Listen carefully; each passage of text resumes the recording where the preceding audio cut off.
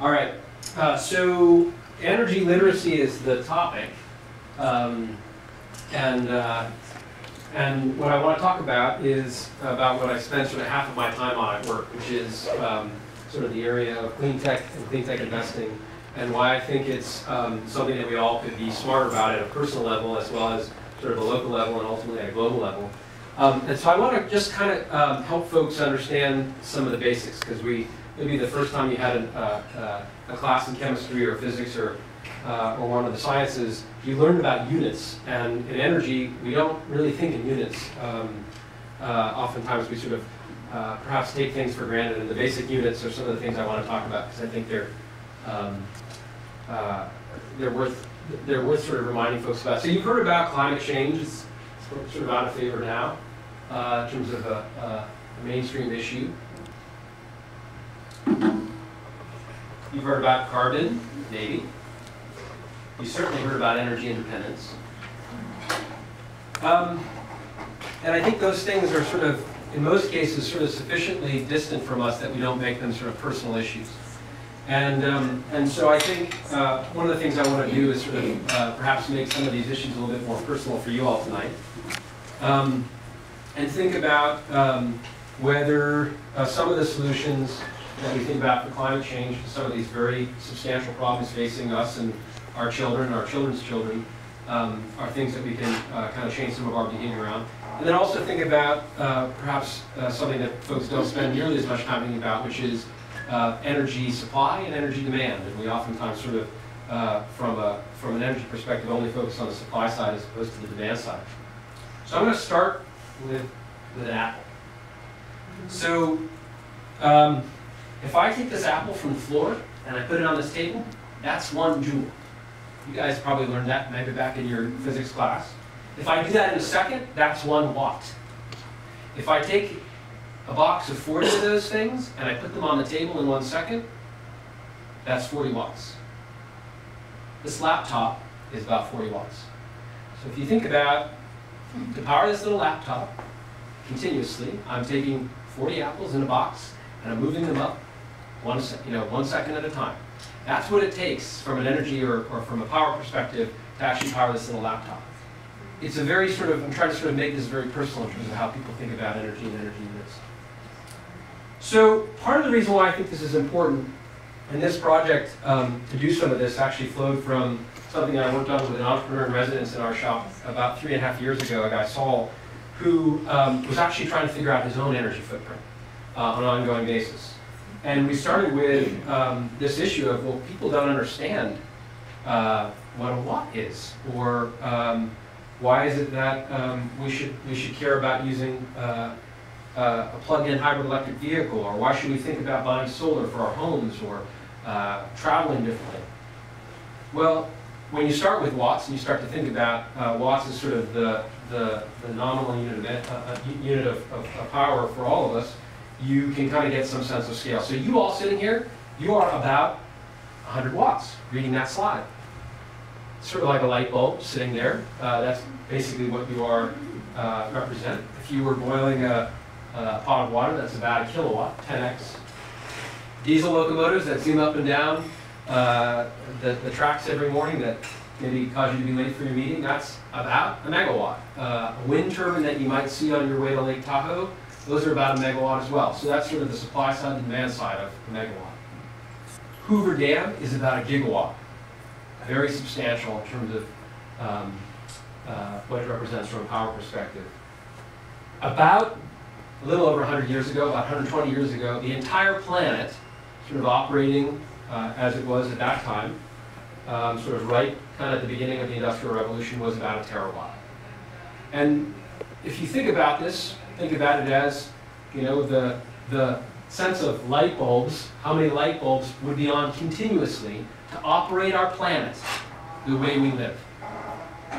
The way we live today in 2011, or 2012 rather, if we were looking at a modern day perspective, is 18 terawatts. So in the last century or so, we have multiplied by almost a factor of 20 how much energy or how much power we are using to live the lives the way we live our lives. And and this is perhaps Stalin-esque in its sense of sort of being so distant from us that it's a statistic as opposed to sort of that 100-watt light bulb that is all of you sitting there reading this slide. But where does this energy come from? Or where does this power come from? And sort of how is it being used?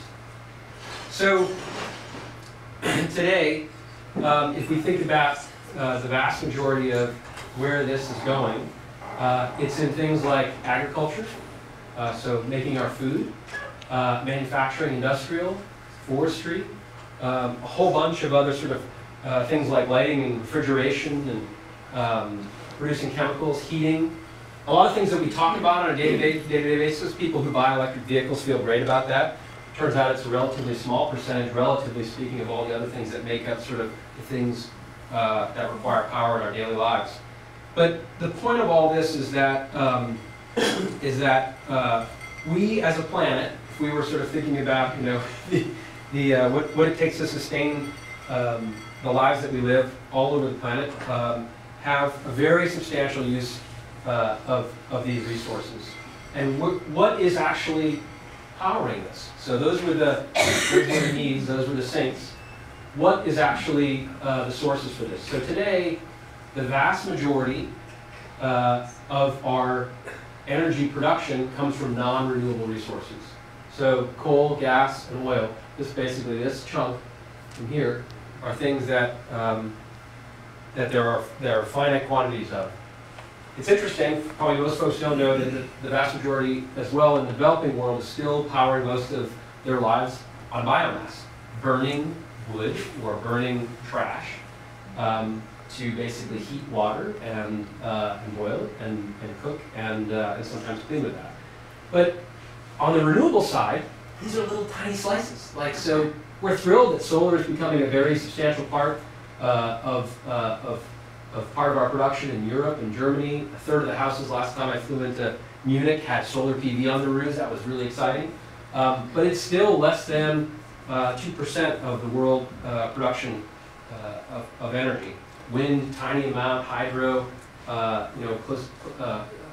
more substantial, but still very much dwarfed by all these non-renewable sources.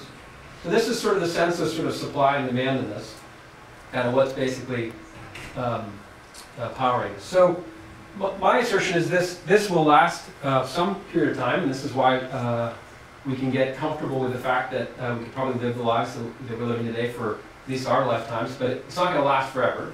And so what are some of the other options? Well, this is kind of a fun graphic. And again, apologies to the folks in the back of the room if it's really hard to see this.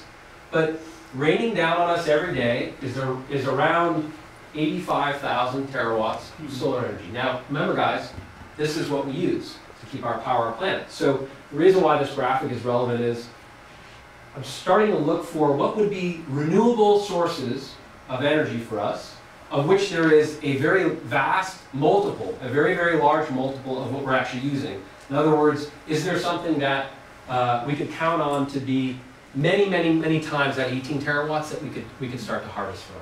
So the cool part is, well, we have this wonderful thing called the sun, which rains all this insulation down on us every day, and frankly actually drives so many of the other sources of energy. So evaporation, the wind that is harvested by wind turbines is actually indirectly a function of that solar insulation.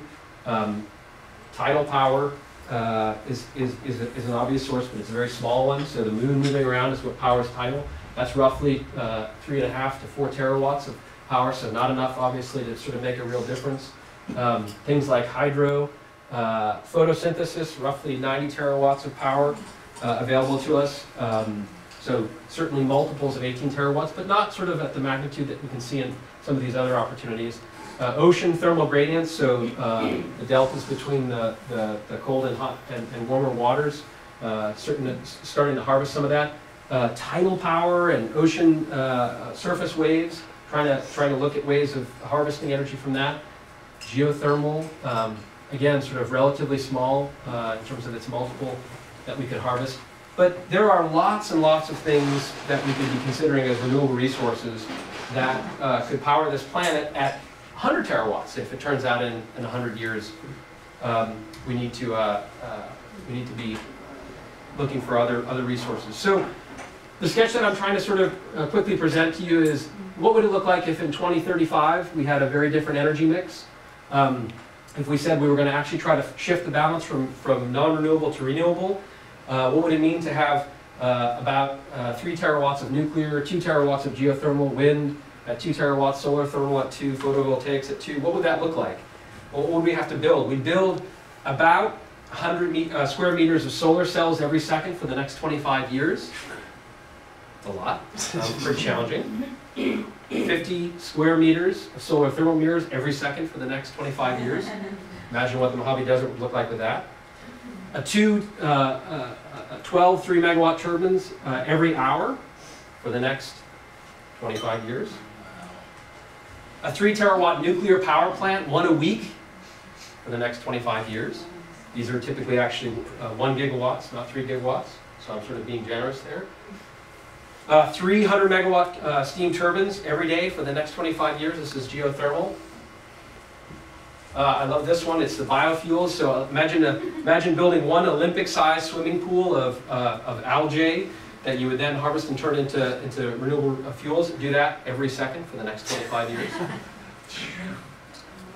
So that's probably kind of daunting, and that's the sort of harsh reality of this. But let me throw this out there. We build today, and this is about a 2-year-old data, we build 110 billion cans, aluminum cans. These are drawn aluminum cans. Those cans are basically aluminum, polished aluminum, high-quality aluminum. Those could be the mirrors that we talk about in the solar PV space, or sorry, in the solar thermal space. We build about 9 Nokia phones every second. Actually, I should be using Apple these days because they're building more. So that's not that crazy to think about PV cells instead of Nokia phones. GM actually is building more than this now. Again, this is slightly old data, so they're building a car every 4 minutes. They could be building a wind turbine every 5 minutes. In fact, if you look back at World War II, we were building 6 planes an hour, continuously. We actually retooled an entire economy over the course of that 6 years. And we were building a lot of really interesting things because we cared about it, because we had to.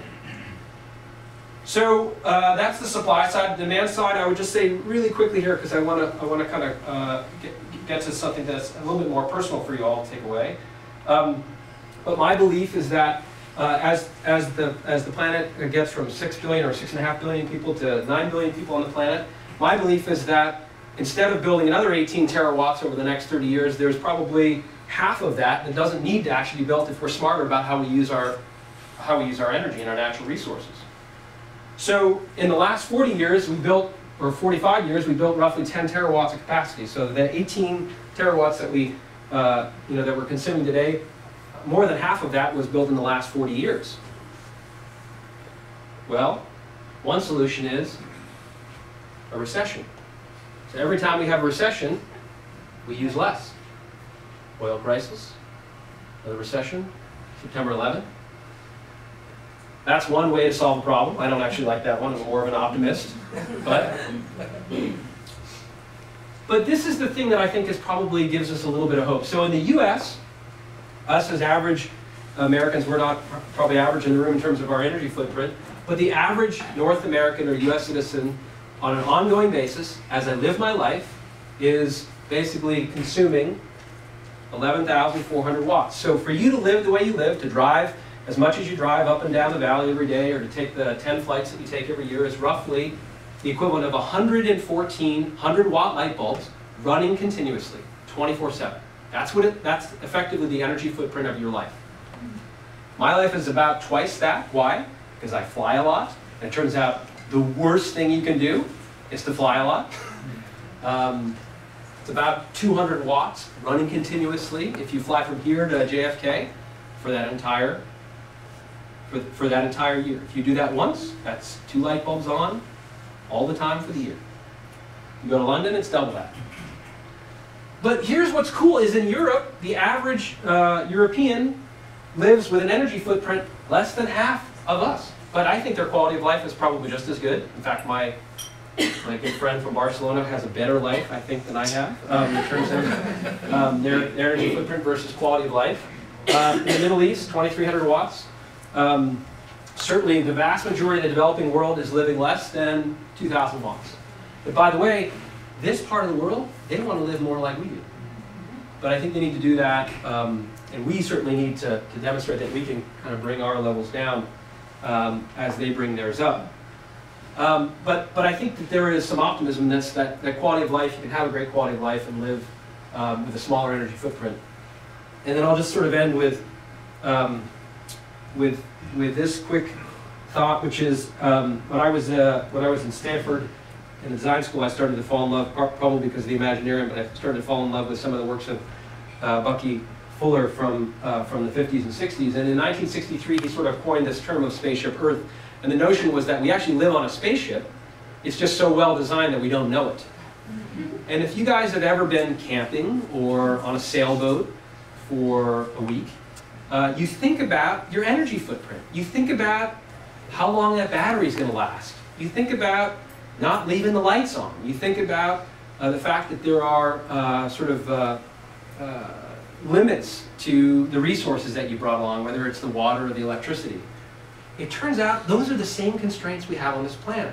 It's the same way that if you were designing a spaceship, as the first private one went up last week, you would think about how much oxygen you have, how much water you have, what you're going to do with the waste.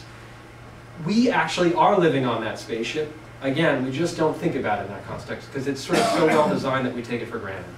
So I think this notion of supply and demand, this notion of maybe making some of our decisions and the impact that they have, making that a little bit more personal. There's a whole set of slides I have around sort of what it looks like to live in San Francisco versus what it looks like to live in the peninsula, which I won't drag you through, obviously.